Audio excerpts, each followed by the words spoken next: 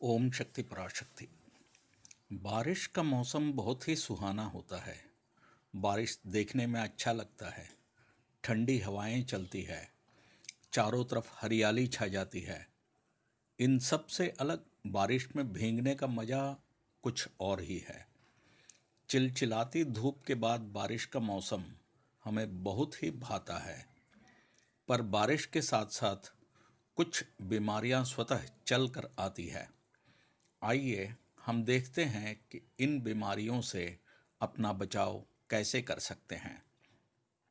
प्रमुख तौर पर इस मौसम में होने वाली बीमारियों और उसके कारण पर गौर करें तो हम पाएंगे कि उसमें सबसे पहला है मच्छरों का पनपना।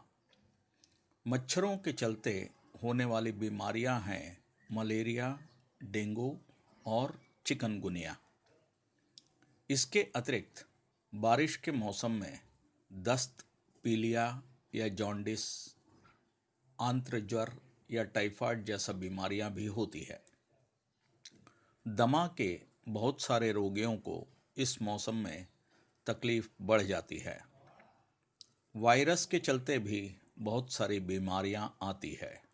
वायरस यानी विषाणु सूक्ष्म अकोशिक जीव हैं जो जीवित कोशिकाओं में ही अपने वंश की वृद्धि कर सकते हैं।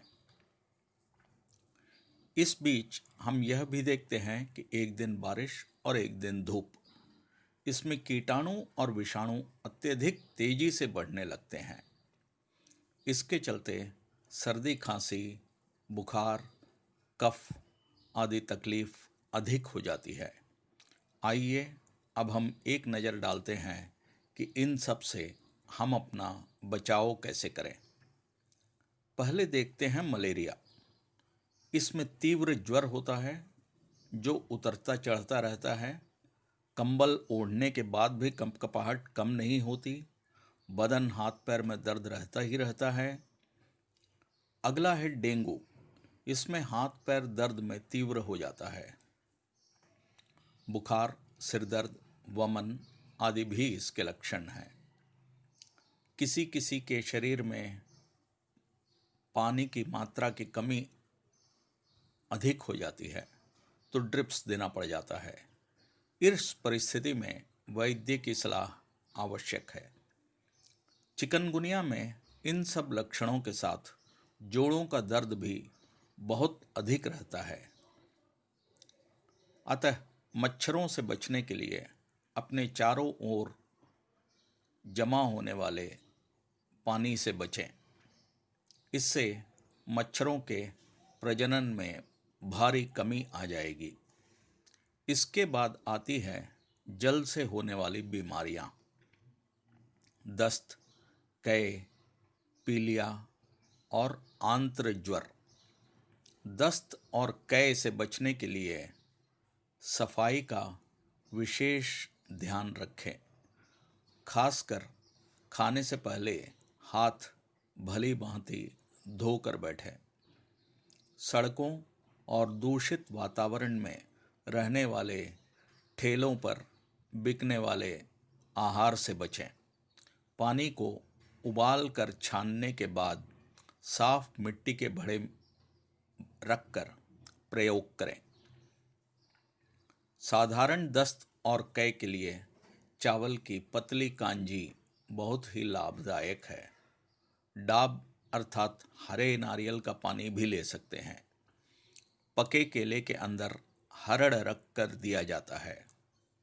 आवश्यकता पड़े तो ORS का घोल लें। अगर तीव्रता अधिक हो जाए और ड्रिप्स की ज़रूरत पड़े तो वैद्य की सलाह लेना उचित है। आंत्र ज्वर यानी टाइफाइड में तेज बुखार हो जाता है। बहुत अधिक कमजोरी होती है, भूख नहीं लगती है। पीलिया यानी जॉन्डिस में भी भूख नहीं लगती है। ज्वर हो सकता है, वमन की चेष्टा होती रहती है। आँखों में पीलापन हो सकता है। पेशाब में भी पीलापन होता है। साथ में पेट में भी दर्द हो। आंत्र ज्वर और पीलिया के लिए निरोधक टीका मिलता है। यहाँ फिर वैद्य की सलाह लेना उचित है। अगला है फ्लू, जो विषाणु के चलते होता है। इसमें सर्दी बुखार जैसी अवस्था होती है। अगर साधारण सर्दी बुखार हो तो 2-4 दिनों में आराम मिल जाता है। इसमें आप सौंठ, धनिया, पुदीना, पिप्पली, गोल मिर्च आदि को साथ मिलाकर कूट लें और काढ़ा बनाकर लें। अधिक सेवन से उष्णता बढ़ सकती है। साधारणतया सर्दी खांसी के लिए घरेलू उपचार ही बेहतर है। यथाशक्ति एंटीबायोटिक्स का इस्तेमाल ना करें।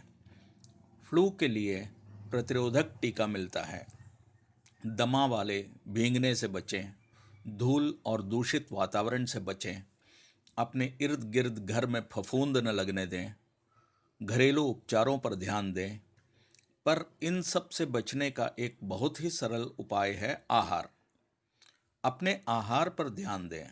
आहार का आरोग्यवर्धक होना जरूरी है। इसके द्वारा ही अनेकानेक बीमारियों के आक्रमण से ही बचा जा सकता है। आज के फ्लैट सिस्टम वाले युग में अगर हम ध्यान दें तो हर फ्लैट में कम से कम 50 से 100 परिवार रहते हैं, पर वहाँ कुछ परिवारों को ही अधिक बीमारियां होती है। सोचने वाली बात है, क्यों? जिनको बीमारियां नहीं होती वो स्वस्थ आहार करते हैं, आहार पर नियंत्रण रखते हैं, नियमित व्यायाम करते हैं और स्वस्थ जीवन शैली जीते हैं। इन सब के चलते शरीर में प्रतिरोधक शक्ति बढ़ जाती है। स्वस्थ और आरोग्यतापूर्ण आहार में क्या क्या आते हैं? आज मिलने वाली खाने पीने की अधिकतर अनाज, फल, सब्जी वगैरह में रसायन अधिक इस्तेमाल होता है। हमें इस विषय में जागरूक होना होगा और ऐसे वस्तुओं से बचना होगा। विभिन्न प्रकार के कृत्रिम तेलों की जगह कोल्हू से निकले सरसों, मूंगफली या तिल के तेल का प्रयोग अच्छा है। आनुवांशिक रूप से संशोधित यानी जेनेटिकली मॉडिफाइड अनाज से बचें। फल, हरी सब्जी एवं भाजी का उपयोग अधिकाधिक करें। फल में एप्पल, अंजीर, अमरूद, खजूर आदि लें। सब्जियों में कुंदरू, करेला, टर्किश बेरी, मुनगे की भाजी, चौलाई, पालक आदि का प्रयोग करें। हरी सब्जियां जो आप कच्चा ही खा सकते हैं, सलाद बनाकर सप्ताह में कम से कम एक बार अवश्य लें। हाइब्रिड की जगह हाथ का कूटा चावल बेहतर है।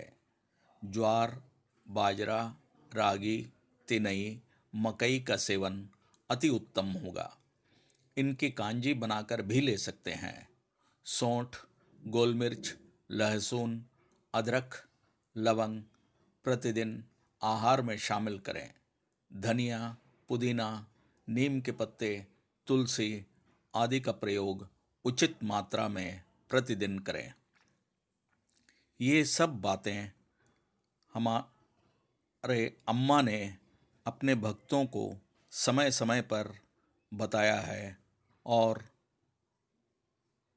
इसका अनुभव हमें काफ़ी अच्छा रहा है। ओम शक्ति पराशक्ति।